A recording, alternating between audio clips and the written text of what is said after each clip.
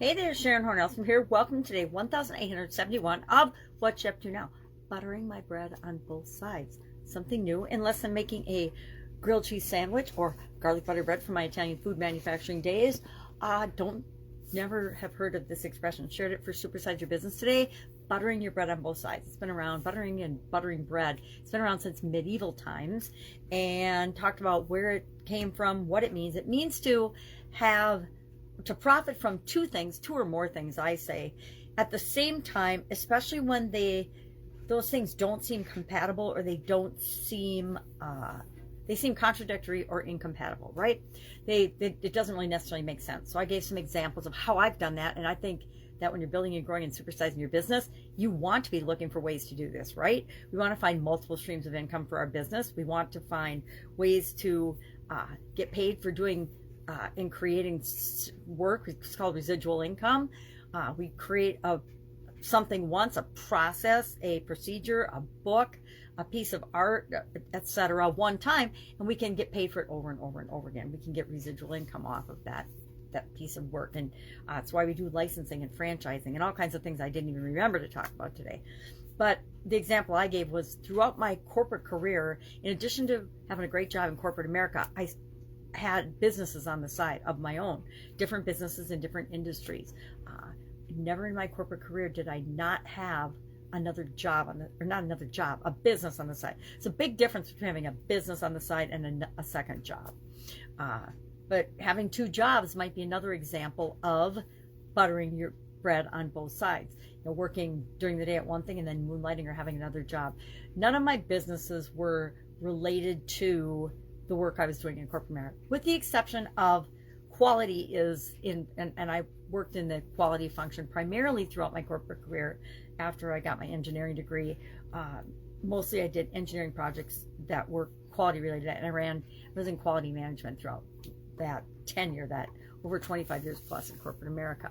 But quality is part of every business, just like marketing and sales and finance and things are part of every business. But my manufacturing businesses and my personal businesses didn't compete or weren't the same as the businesses I worked in corporate America. So that might seem incompatible, but it actually worked for me. It gave me a very different perspective on work and success and climbing the corporate ladder and taking risks and everything else. Questions about that, hit me up, because I think that it served me really, really well, and very few people do that or have that as an example in their life, yet it's such a powerful way to live and work and be. Talked about multiple streams of income, talked about investments. A lot of times investors and in brokerages and investment houses will have shorts and stops and all kinds of other crazy things that I'm not going to go into because I'm not an expert in that. Although I've had experience in the markets, you can win when the price goes up, and you can also win when the price goes down on different investments, depending on how you play the market, etc. Real estate, lots of examples of that. You can layer how you're paid for real estate deals if you know how to do it, and so that's another industry we've got lots of experience in. So that was our idiom for today: butter your bread on both sides. And it's supposed to be a little derogatory, or can be used in a derogatory way, but I think that's just by people that don't know how to do it, don't know how to make the world a better place and build their business simultaneously. To me, that's the best example of buttering your bread on both sides. You're building a business, but you're doing something that makes the world a better place. That's a win-win for you and all the people that your business interacts with and impacts. Our topic for today, for the Get Your Goals Annual Challenge, day 68 today already, is: what are you going to work on? What do you want to improve with respect to your mental health or mental well-being?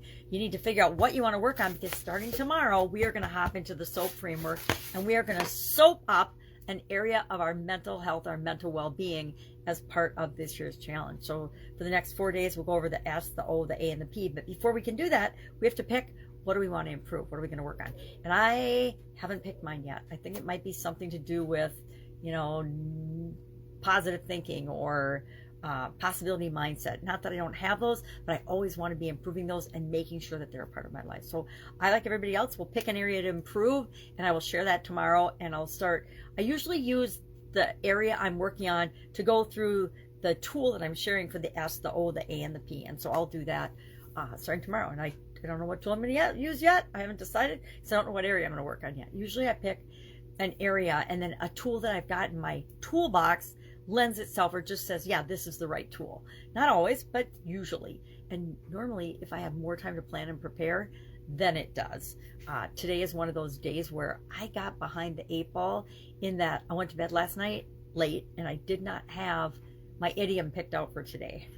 And I did not have my write-up for the Get Your Goals Annual Challenge done yet today. So, and then, of course, my 2-year-old granddaughter decided 5 o'clock, the time when I'm getting up and normally getting ready and creating my content, it was time for her to get up. Well, now, luckily, she's napping already. So, win-win. If I can help you in any way, ask. Otherwise, have an absolutely fantastic day. Think of ways that you can butter your bread on both sides. How can you kill 2 birds with 1 stone? Make hay while the sun shines. What's another one? There's one that just I've used before and comes to mind, and that's the one I think of all the time. The idiom I think of all the time when you benefit from something in multiple ways. And why would we not set ourselves up and our lives up to benefit in multiple ways for the things that we do? I say, heck yeah. All right, have a great day. I'll be with you tomorrow.